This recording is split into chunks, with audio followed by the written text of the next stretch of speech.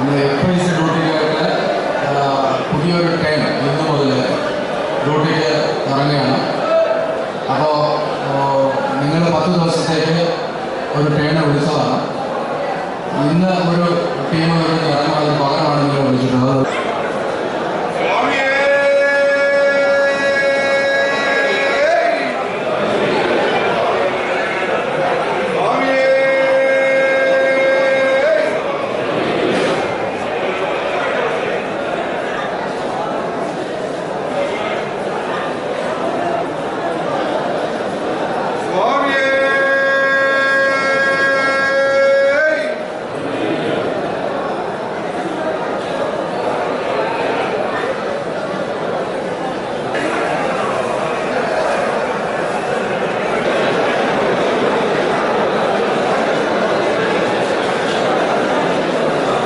നമ്മൾ അവസാനത്തെ ഫേസാണിത്.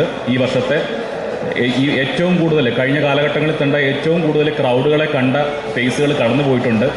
പരമാവധി ഉദ്യോഗസ്ഥർ നല്ല രീതിയിൽ ചെയ്തിട്ടുണ്ട്. അപ്പോൾ നമ്മളുടെയാണ് അവസാനം. അത് നല്ല രീതിയിൽ നമ്മൾ അവസാനിപ്പിക്കണം. അതിൽ നമ്മുടെ മുമ്പേ ചെയ്തു പോയവർക്ക് ഒരിക്കലും ഒരു മോശം പേര് ഉണ്ടാക്കി കൊടുത്ത് നമുക്ക് പോകാൻ പാടില്ല. അപ്പോൾ അതിനുവേണ്ടി എല്ലാവരുടെയും ആത്മാർത്ഥമായിട്ടുള്ളൊരു സഹകരണം ഉണ്ടാവണം. രണ്ടാമത്തെ കാര്യങ്ങൾ, ഇത് നമ്മളുടെ ഒരു ഡ്യൂട്ടി കൂടെ മാത്രമല്ല, ഒരു സേവന മനോഭാവത്തിലാണ് നമ്മളിതിനെ കാണുന്നത്. അപ്പോൾ ആ ഒരു മാനുഷികമായ പരിഗണനകളും അങ്ങനെ ചെയ്യാനായിട്ട് സ്വന്തമായിട്ടുള്ള ഒരു ആർജവും കാണിക്കുന്ന ഒരു ഡ്യൂട്ടിയാണ്. അത് ഓരോ റാങ്കിൽ നിൽക്കുന്നിടത്ത് ഏറ്റവും ജൂനിയർ മോസ്റ്റ് ആയിട്ട് നിൽക്കുന്ന പോലീസ് ഉദ്യോഗസ്ഥന് കൂടി അത് ബാധകമായിട്ടുള്ള കാര്യമാണ്. മകരവിളക്കുമായി ബന്ധപ്പെട്ട് അന്നത്തെ ദിവസം മാത്രം ഒരു പ്രത്യേകതയുണ്ട്. മുമ്പ് ഡ്യൂട്ടി ചെയ്ത ഉദ്യോഗസ്ഥർക്കറിയാം, ഉച്ചയ്ക്ക് 1 മണി മുതൽ 5 മണി വരെ ഡ്യൂട്ടി ചെയ്യേണ്ട ബി ടേൺ, ഞാൻ റിപ്പീറ്റ് ചെയ്യുന്നു, ഈ പോയിന്റ് നിങ്ങളുടെ ജോലിയെ ബാധിക്കുന്ന കാര്യമാണ്.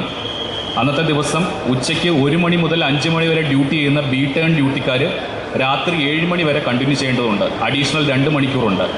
അതുപോലെ തന്നെ 5 മണിക്ക് ഡ്യൂട്ടി കയറേണ്ട സി ടേൺ ഡ്യൂട്ടിയിൽ വരുന്ന ആളുകൾ 3 മണി മുതൽ 9 മണി വരെയാണ് അവരുടെ സമയം ഉള്ളത്. കാര്യം ശ്രദ്ധിക്കുക, 5 മണി ഡ്യൂട്ടിക്ക് കയറേണ്ടവർ 3 മണിക്ക് എത്തിച്ചേരണം.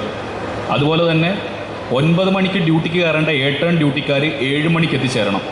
അപ്പം അന്ന് BCAക്ക് ചേഞ്ച് എന്ന് പറയുന്നത് 1 മണി തൊട്ട് 7 മണി വരെ ബി ടേണും, സി ടേണിന് 3 മണി തൊട്ട് 9 മണി വരെയും, എ ടേണ് 7 മണി മുതൽ സ്റ്റാർട്ട് ചെയ്യുകയും ചെയ്യും. അത് അന്നത്തെ ദിവസം ഡബിൾ സ്ട്രെങ്ത് കിട്ടാൻ വേണ്ടിയിട്ടാണ്.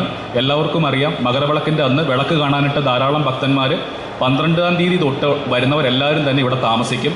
പാണ്ടിത്താവളം പോലെയുള്ള സ്ഥലങ്ങളിൽ ദർശനത്തിന് വേണ്ടി നിൽക്കുന്നവരാണ്.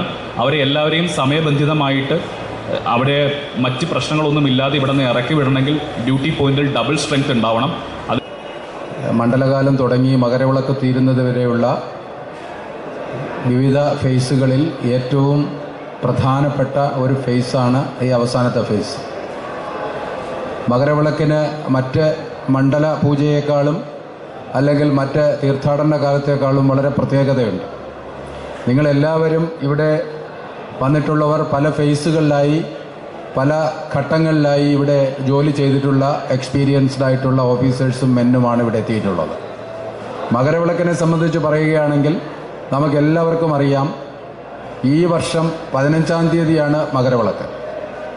അപ്പോൾ 13-ാം തീയതി മുതൽ നമ്മൾ മനസ്സിലാക്കേണ്ടത്, 13-ാം തീയതി മുതൽ മല കയറി വരുന്ന ഭക്തന്മാരിൽ ഭൂരിപക്ഷവും 13-ാം തീയതി മുതൽ ഇവിടെ തമ്പടിക്കും.